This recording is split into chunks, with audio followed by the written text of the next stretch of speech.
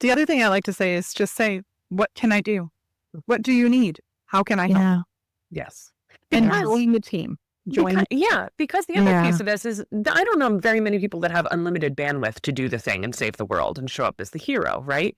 Most of us. No one does. All three of us on this call, right? Dually, like both of us work, all of us working, multiple children, some of them driving, some of them needing some serious emotional guidance, some of them needing their food cut up, right? We got the whole gamut. Into small pieces. Into small, non-chokeable pieces, and we put them in their car seats and all five. Yes. Yeah. Cut those grapes, cut those hot dogs too. You know, like we don't have unlimited bandwidth to save the world. And so don't get stuck in what you can't take on your own. Find people who are also like-minded to tackle that together. And that's not as hard as it sounds these days. Like, it's not as hard as it sounds. You know, like social media makes it easier. There are groups. I mean, I don't know if you want to be in there in the meta world, but you know, that's it's still a way debate. A whole other debate, right? But there's still like a way to connect. It's still a way to connect and find people.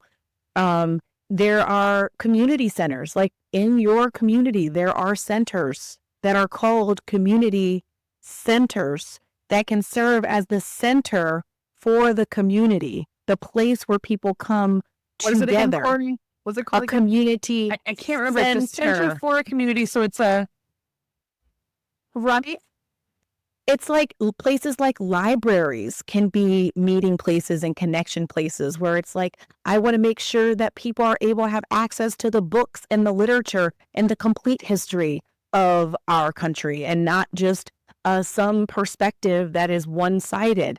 There are so many places. If you don't like to do the digital stuff, there are places in real life that you can show up to in the center of communities. In the center of communities. Yeah, no, I mean, it's a great point. I think about, now again, I have developed my social feeds over time that I am getting the kind of inputs that I am looking for in terms of making a difference. But like just at a glance, there's campaigns where I can post and share. There are places and apps I can download to make calls. There, is a food pantry in my community where I can donate and go and share.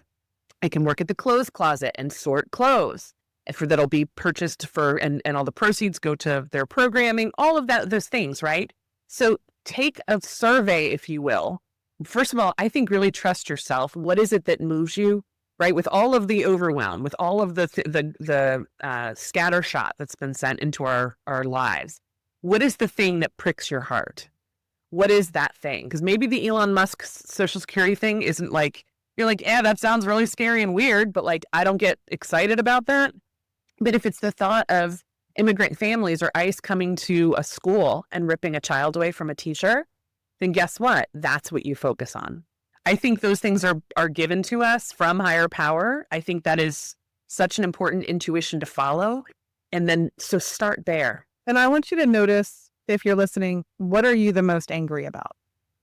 That's going to give you a good clue as to what you care about, because the flip side of anger is strength. But my second charge to you is to stop being angry and to start doing something and committing to not giving up or losing hope or just laying down and being complacent. So we're going to not waste time on being angry. We're going to notice what our anger is telling us. That's the thing we care about. We're going to channel it for strength, and then we're going to move it towards action within our community. Yeah.